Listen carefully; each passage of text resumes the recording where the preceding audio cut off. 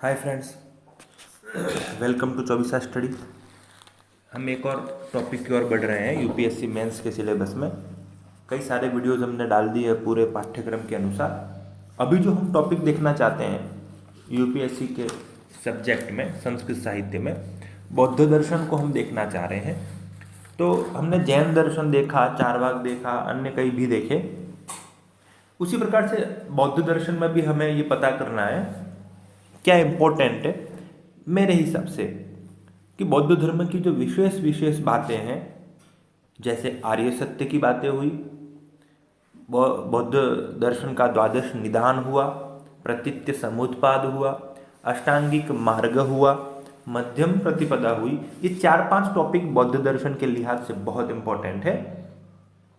सबसे पहले मैं आपको सामान्य जानकारी दे दूं कि बौद्ध शब्द का अर्थ, कई सारे अर्थ व्युत्पत्ति वाले महान लोग बताते हैं, विद्वान लोग बताते हैं, लेकिन सामान्य सा इसका अर्थ होगा बुद्धस्य उपदेशानाम दर्शनम बौद्ध दर्शनम। इतना ही काफी है हमारे लिए। बुद्धस्य उपदेशानाम दर्शनम बौद्ध दर्शनम। इसके प्रवर्तक गौतम बुद्ध हुए और आपको पता होगा कि बौद्ध दर्शन नास्तिक दर्शन है। नास्तिक दर्शन से तात्पर्य है वह दर्शन जो कहता है वेदों की सत्ता को नहीं मानता है। न अस्ति इति नास्तिकः अथवा न अस्ति यह सह नास्तिकः, ऐसा रूप बच जाएगा कि जो वेद नहीं है, वेदों की सत्ता नहीं है, ऐसा मानता है। तो बौद्ध दर्शन नास्तिक है। इससे ही हमें पता लग रहा है कि यह वेदों की सत्ता को नहीं मानता है। बौद्ध दर्शन का जो समय है ईसा पूर्व की 5वीं-6वीं शताब्दी है और भारत में, नेपाल में, भूटान में, तिब्बत में अब भी हमें मिलता है। आप जानते ही होंगे हिंद चीन का जो शब्द है वो बौद्ध धर्म के विस्तार से ही भारत के इतिहास में आता है। और समर्थक में जो राजा, जिन राजाओं ने इसे समर्थन दिया, मौर्य सम्राट अशोक खास करके इसके लिए आप जानते हैं। अभिधम्म, उनकी जो धम्म नीति थी वो भी बौद्ध धर्म से ही प्रभावित थी। और कुषाण शासक कनिष्क, ये दोनों व्यक्ति ही बौद्ध धर्म से महान रूप से जुड़े हुए हैं। बाकी तो बंगाल का पाल वंश है, सेन वंश है, मौर्यों ने भी न्यूनाधिक इस पर ध्यान दिया।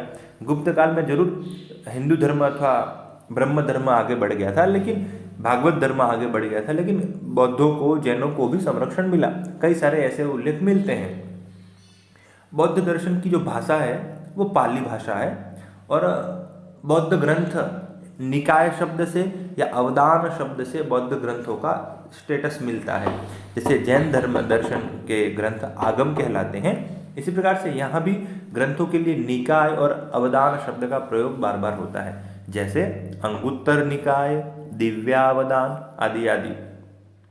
और संस्कृत साहित्य में भी बुद्ध से संबंधित कई सारे ग्रंथ मिलते हैं। अशोघोष खास करके बुद्ध चरितम और सौंदरानंदम दोनों ही बुद्ध से रिलेटेड ही पुस्तकें हैं। एक बुद्ध के चरित्र से है और एक उनके भाई की कथा है। इसी प्रकार से जातक माला भी बौद्ध दर्शन से जुड़ी हुई ही ग्रंथमाला है। तो ये बुद्ध दर्शन की वेरी इनिशियल जानकारी जो आपको पता होनी चाहिए। अब सबसे पहले हम देखते हैं हमें अब क्या देखना है। मैं यहाँ खाली स्लाइड जो मैंने रखी मैं बताता हूँ कि एक, तत्व कितने हैं बौद्ध दर्शन के अनुसार। नंबर 2, प्रमाण कितने हैं इस तत्व को जानने में। तो ये किसी भी दर्शन की मूल बातें होती है, क्योंकि दर्शन क्या करता है, पहले तत्व का निर्धारण करता है और तर्कों के आधार पर, प्रामाणिक तर्कों के आधार पर इन तत्वों की सिद्धि करता है कि यह तत्व है। इसीलिए हम सबसे पहले देखते हैं बौद्ध दर्शन के तत्वों के बारे में। आपको पता होगा बौद्ध दर्शन की विषय वस्तु के बारे में हम आगे बढ़ रहे हैं कि बौद्ध दर्शन कहता है, क्या कहता है, एक बहुत इंपॉर्टेंट सिद्धांत है बौद्ध दर्शन का, शून्यवाद। यहीं से हम चालू करते हैं कि तत्व क्या है बौद्ध दर्शन के अनुसार। बौद्ध दर्शन के अनुसार संसार में कोई महान तत्व नहीं है। बोले सर्वमेव शून्यम, सब कुछ शून्य है। इसी रूप में आगे इसका विभाजन भी होता है। तो सर्वमेव शून्यम यानी सब कुछ शून्य है। पदार्थ सत्य भी है, असत्य भी है, सत्य असत्य दोनों भी है, और न ही सत्य है और न ही असत्य है। इसलिए पदार्थ अवर्णनीय, इसलिए पदार्थ के बारे में वर्णन नहीं किया जा सकता है। तो शून्यवाद ये जो है, यह बौद्ध धर्म के अनुसार तत्वों की उपस्थिति बताता है कि अवर्णनीय पदार्थ शून्यम, अवर्णनीय पदार्थ जो है वो शून्य है, ऐसा बौद्ध धर्म का वक्तव्य है। यानी तत्व नाम की कोई वस्तु बौद्ध दर्शन स्वीकार नहीं करता है, क्योंकि सब कुछ शून्य है। हाँ, इस पूरे संसार, दुखमय संसार का अंतिम और आदि केवल और केवल शून्य ही है। लेकिन कुछ समय के लिए, अल्प समय के लिए एक सपने की भांति स्वप्नम इव प्रत्यक्षः भवति ततः पुनः अप्रत्यक्षम भवति, फिर वो प्रत्यक्ष वापस अप्रत्यक्ष होता है, अप्रत्यक्ष पुनः प्रत्यक्ष होता है। अतएव पदार्थः न तो नित्यम नैव अनित्यम अतः शून्यम, इसलिए पदार्थ न तो नित्य है और न ही अनित्य है, और ये पारमार्थिक सत्ता जो है ये भी शून्य है, ऐसा इसका कहना है। खैर, तत्व के बारे में मैंने आपको बता दिया कि तत्व मूलतः शून्य को ही यह महान तत्व मानता है। पदार्थ भी मूल रूप में शून्य है, ऐसा इसका कहना है। कोई विशेष तत्व की बात बौद्ध दर्शन नहीं करता है। तो ये तत्वों की चर्चा हुई। नंबर 2 हम बात करते हैं कि बौद्ध दर्शन किन प्रमाणों को मानता है। आपको पता होगा बौद्ध दर्शन 2 प्रमाणों को मानता है, एक तो प्रत्यक्ष प्रमाण को मानता है और एक बौद्ध दर्शन अनुमान प्रमाण को मानता है। प्रत्यक्ष से हमें यथार्थ ज्ञान की बोधि होती है और अनुमान से हम तर्क के आधार पर किसी वस्तु की सत्ता का निर्धारण करते हैं। बौद्ध दर्शन उपमान और शब्द को नहीं मानता है। क्यों नहीं मानता है, ये यूपीएससी के लिहाज से इतना इंपॉर्टेंट नहीं है। तो ये मैंने प्रमाण की बात बता दी। अब एक चीज मैं आपको और बता देता हूँ कि बौद्ध दर्शन कई सारे, यहाँ सब ऑलरेडी स्लाइड में मैंने आपको कई सारी बातें लिख रखी हैं। बौद्ध दर्शन का महत्व क्या है, उसके प्रणेता क्या है, आप जानते ही हैं। गौतम बुद्ध उसके प्रणेता है, शाक्य मुनि उनका दूसरा नाम भी है। तो सीधे हम विषय वस्तु पर आते हैं। अभी एक विषय वस्तु से पहले मैं आपको बता दूं कि बौद्ध दर्शन के अनुसार यहाँ बुद्ध के उपदेशों को 3 ग्रंथों में समाहित किया गया है। त्रिपिटक जिसे कहते हैं, और चतुर्थ बौद्ध संगति के बाद इनका मूल रूप सामने आता है। यद्यपि ऐसा एक उल्लेख भी है कि विनय पिटक और सुत्त पिटक आरंभ में मिल जाते हैं, दूसरी संगीति के आसपास इनका उद्भव हो जाता है, इनका लेखन हो जाता है, संकलन हो जाता है, और अभिधम्म पिटक अंतिम बौद्ध संगति के आसपास, चतुर्थ बौद्ध संगीति के आसपास उसका पूर्ण रूप सामने आता है। तो बुद्ध के उपदेशों के जो संग्राहक ग्रंथ हैं उन्हें त्रिपिटक कहते हैं। सबसे पहला पिटक है विनय पिटक, दूसरा है सुत्त पिटक, तीसरा है अभिधम्म पिटक। विनय पिटक वह है कि जहाँ आचार व्यवहार की शिक्षा है, आचार व्यवहाराणाम शिक्षा विनय पिटकम। नंबर सुत्त पिटक होगा बुद्धस्य उपदेशानाम शिक्षा ग्रंथ सुत्त पिटकम। बुद्ध के उपदेशों का जो शिक्षा ग्रंथ है वो सुत्त पिटक है, बुद्ध की शिक्षा का उपदेश है। और नंबर 3 जो है अभिधम्म पिटक, जिसकी बात हो रही है। अभिधम्म से तात्पर्य आप समझ लीजिए, आपने हिस्ट्री में पढ़ा होगा, धम्म का मतलब है नैतिक मूल्यानि। तो नैतिक मूल्यानाम उपदेशः अथवा आध्यात्मिक दर्शनस्य उपदेशः तत्वज्ञानञ्च अभिधम्म पिटके अस्ति। और ये तीनों पिटक पाली भाषा में हैं, ये आपको ध्यान होगा।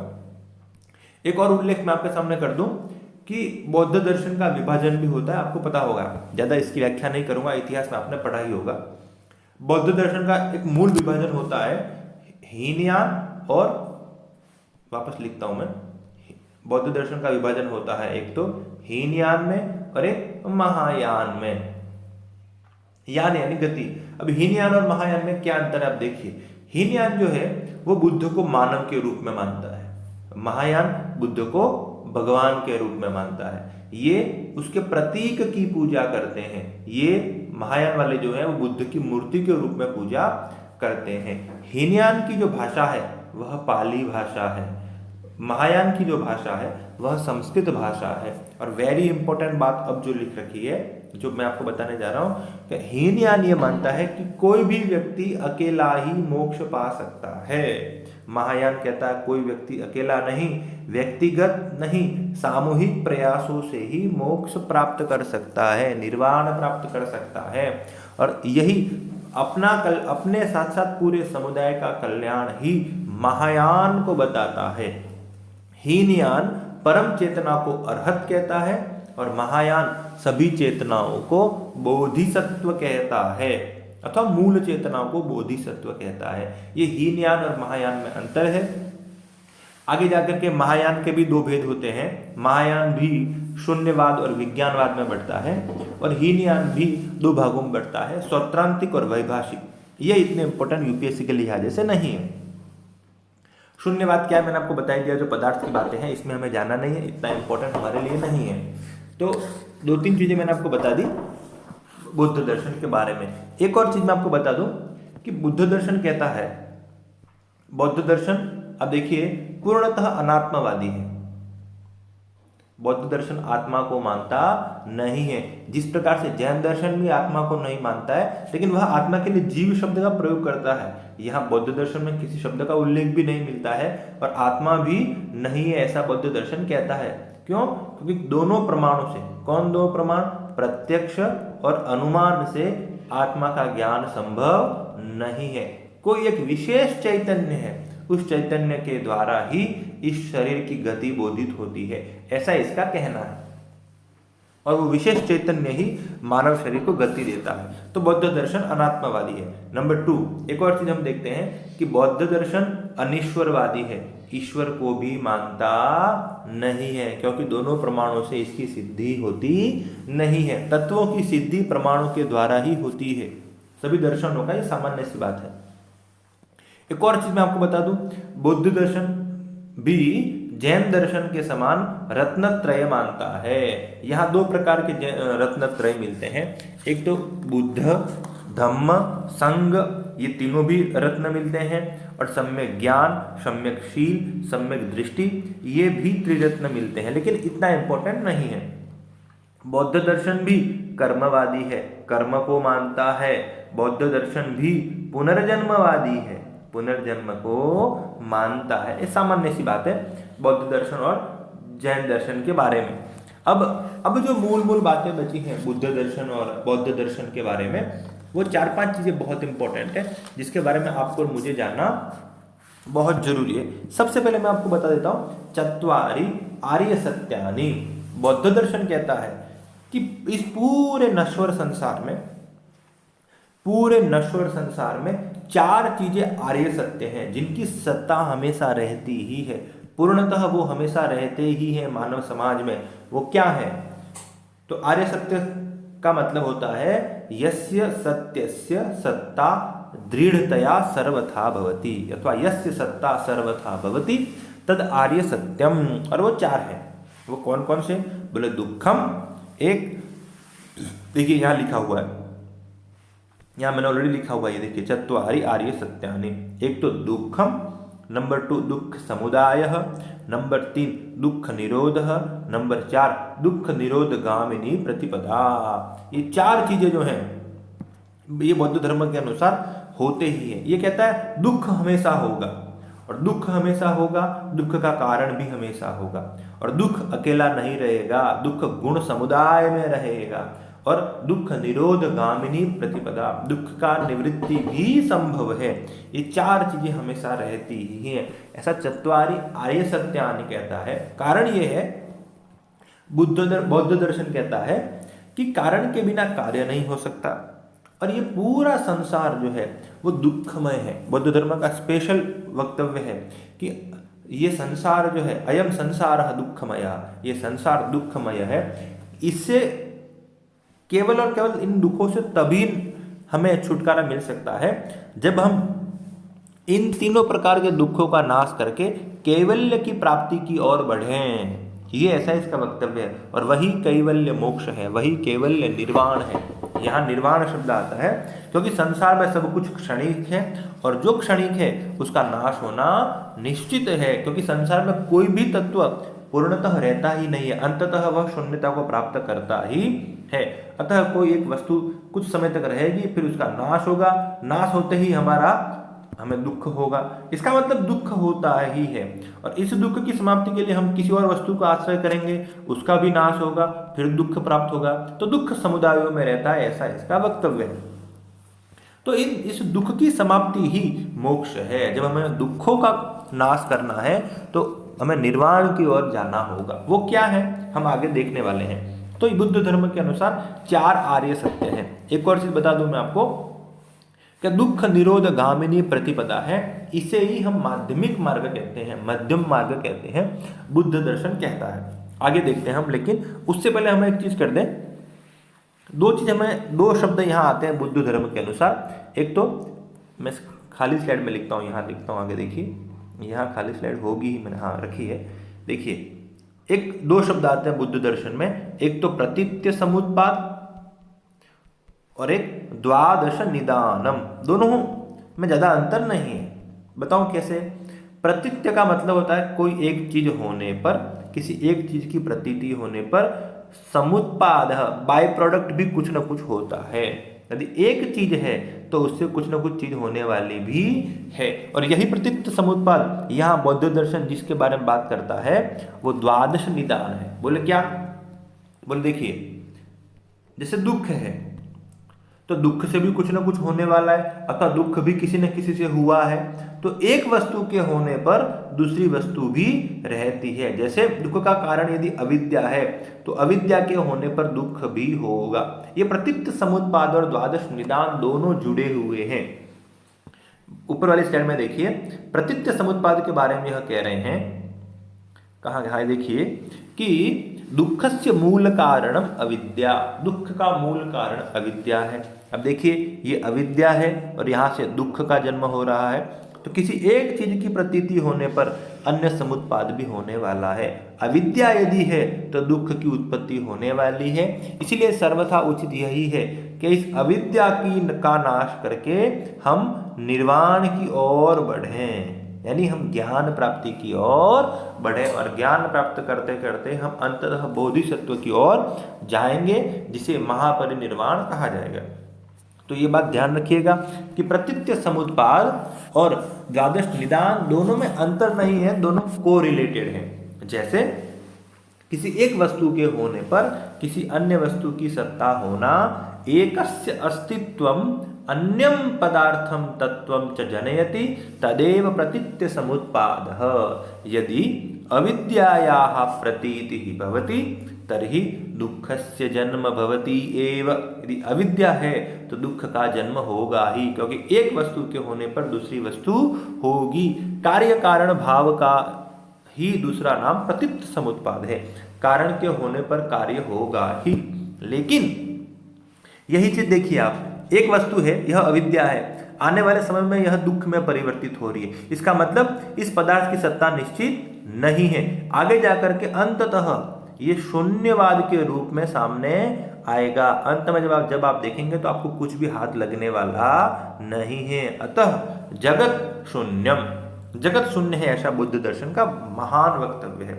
अब देखिए बौद्ध दर्शन कहता है, यहां हम देखने वाले हैं ये चीज, यहां देखिए आप कि जैसे दुख है, दुख के होने पर अथवा दुख भी किसी न किसी से पैदा होता है, तो प्रतीत्य समुत्पाद है ये।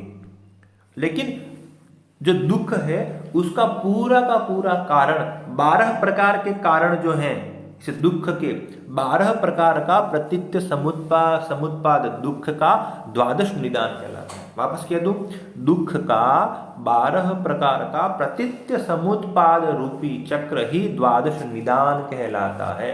निदान यानी डायग्नोसिस, कारण। किसका कारण? दुख का कारण। कितने प्रकार का है? 12 प्रकार का, क्योंकि दुख समुदाय, दुख का कारण जो आर्य सत्य में बताया गया है। बोले क्या? देखिए सबसे पहला द्वादश निदान में बताता हूं, वापस बता देता हूं आपको कि कारण के बिना कार्य की उत्पत्ति नहीं होती है, प्रतीत्य समुत्पाद। और दुख जो है उसके भी 12 प्रकार के कारण हमें मिल सकते हैं, इन्हें हम द्वादश निदान कहते हैं। निदानम नाम कारणम, कस्य च कारणम, दुखस्य कारणम। क्यों दुख की बात हो रही है? क्योंकि संसार दुखमय। क्यों दुखमय है? क्योंकि सर्वम एव शून्यम, क्योंकि सब कुछ शून्य है। सब शून्य क्यों है? क्योंकि क्षणभंगुर है, क्षणे एव नष्टम भवति, सब कुछ क्षण में होता ही है। हम किसी एक वस्तु को प्राप्त करने जाते हैं तो दूसरी वस्तु से हमें हाथ धोना पड़ता ही है। ये पूरा इसका कोरिलेशन है संसार की उत्पत्ति से लेकर के। तो दुख संसार में, संसार का जो मूल कारण है अथवा यह संसार जो है वो दुखमय है। दुख का कारण क्या है? बोले अविद्या। देखिए आप, सबसे पहली बात, द्वादश निदान हो रहे हैं, उसके बारे में, दुख के बारे में। चलिए, पहला कारण है अविद्या संस्कार, जो कि दुख है उसका मूल कारण है अविद्या। ठीक है, नंबर 1 कारण। नंबर 2, अब अविद्या से दुख पैदा हुआ तो दुख का कारण क्या है? बोले संस्काराद विज्ञानम, संस्कारों का विज्ञान। नीचे से देखें आप, नीचे से देखिए, हम देखते हैं। सबसे पहला, दुख की उत्पत्ति कैसे हो रही है, ऐसा कहना चाह रहा है। दुख की उत्पत्ति कैसे हो रही है, मानव जीवन कैसे बढ़ता है, ऐसे कहना चाह रहा है। देखिए, सबसे पहले अविद्या है, अविद्या से दुख की उत्पत्ति होती है। ठीक है, अब दुख, अविद्या से पैदा होने वाला जो दुख है, जब दुख तक हम पहुंचेंगे तब तक क्या होता है, देखिए आप। सबसे पहले अविद्या की उत्पत्ति होती है। अविद्या से होने वाला जो संस्कार है, उस संस्कार से हमें विज्ञान पैदा होता है। वो संस्कार कौन सा है? बोले पूर्व जन्म का संस्कार, पूर्व जन्म के कर्म ही हमारे संस्कार बनते हैं। मैंने आपको बता ही दिया, बौद्ध दर्शन पुनर्जन्म में विश्वास करता है।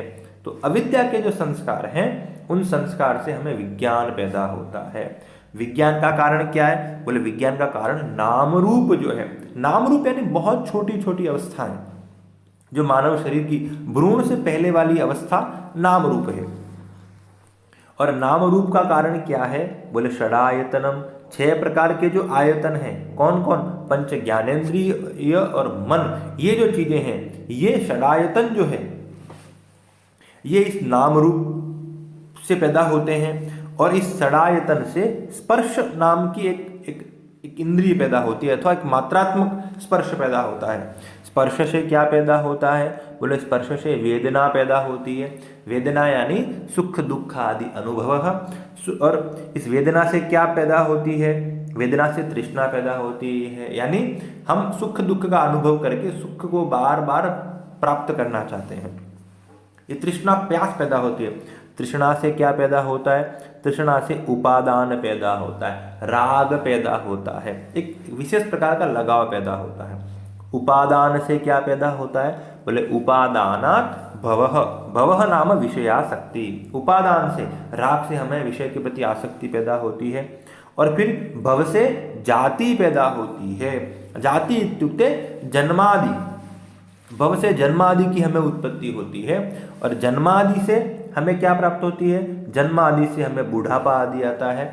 और इस बुढ़ापे आदि से हमें मृत्यु प्राप्त होती है, यानी हम जरा से फिर मृत्यु तक जाते हैं।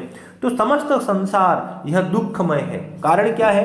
कि तृष्णा का, अविद्या की कभी समाप्ति होती नहीं है। और यह दुख जो है सभी समुदायों के, इस दुख का अपना पूरा समुदाय है। मानव दुख के समुदाय के चारों ओर घूमता हुआ अपने जीवन की समाप्ति करता है। अंत में उसे कुछ मिलता नहीं है, क्योंकि संसार पूर्णतः एक वस्तु के प्राप्त करने पर सुख होता है, लेकिन वह वस्तु ज्यादा समय तक टिकी रहती नहीं है। दुख ही इसका परम सत्य है, ऐसा यह कहना चाह रहा है। तो यह द्वादश निदान है। अब इसमें कुछ भूत जीवन की बात है, इसमें हमें जाना नहीं है। द्वादश निदान के बारे में यूपीएससी पूछ सकता है। सर्वेषाम आदिव्याधि भूतानाम दुखानाम कारणम अविद्या एव, जो संसार का मूल कारण है। यदि दुखस्य कारणम नश्यति, दुख का कारण अविद्या का नाश होता है, तदेव दुखोपि नश्यते, तभी दुख का भी नाश होता है। और त्रिविध दुखानाम नाशः एव निर्वाणः, त्रिविध दुखों का नाश ही निर्वाण है। अब बुद्ध दर्शन एक चीज कहता है, बोले यह दुख जो है, जैसे यह दुख है, और दुख से हम सीधे, दुख का नाश जब होगा तब हम बोधिसत्व की ओर बढ़ेंगे, अथवा तब तक हम क्या करेंगे, क्या कहते हैं इसको, निर्वाण की ओर बढ़ेंगे। लेकिन बीच का जो रास्ता है उसे तय कैसे किया जाए, तब तक हम क्या करें? तो इसके लिए एक शब्द लिखा है इन्होंने, मध्यम प्रतिपदा की जाए, एक मध्यम मार्ग अपनाया जाए।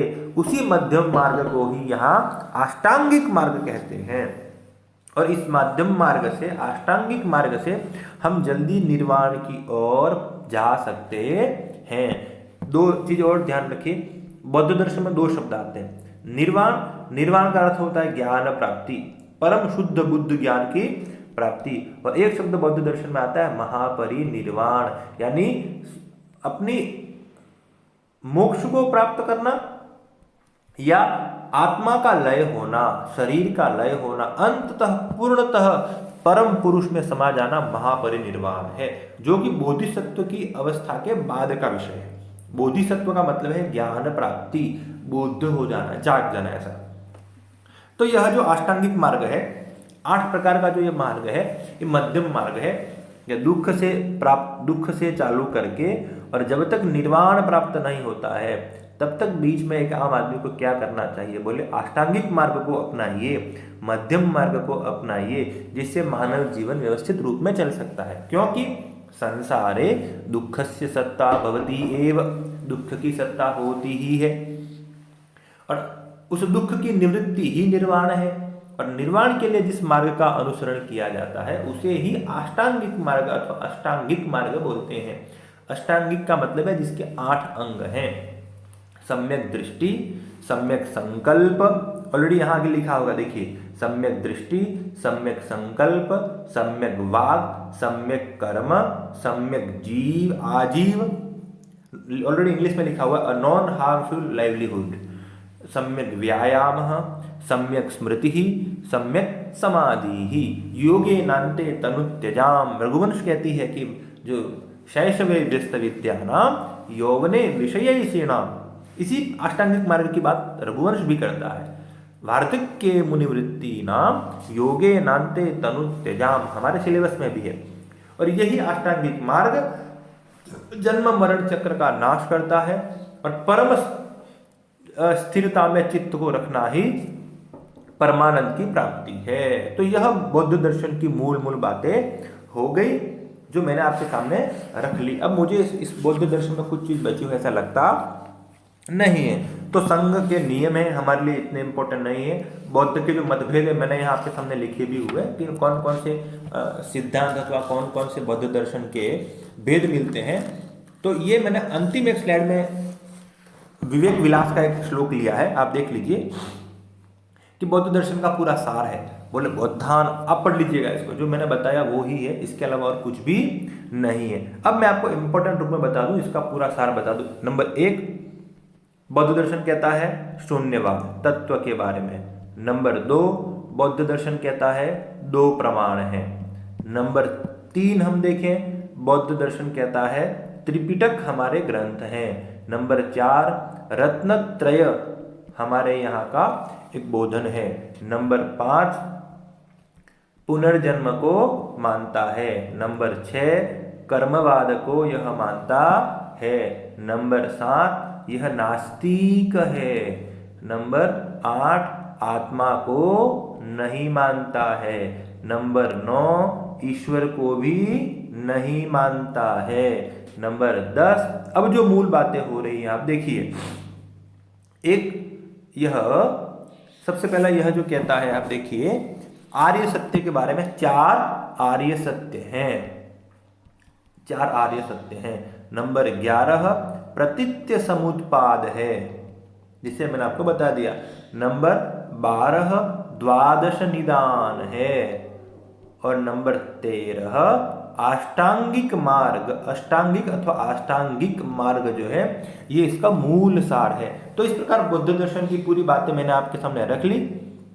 आपको और कोई क्वेश्चन इस बारे में होता हो कि बौद्ध दर्शन में ये चीज़ समझ में नहीं आ रही है तो आप मुझे बता दीजिए, मैं इसे वीडियो में कंक्लूड करके आपके सामने रख दूंगा। फिर मिलते हैं किसी और टॉपिक के साथ। बाय, थैंक यू, देखते रहिए 24 स्टडी।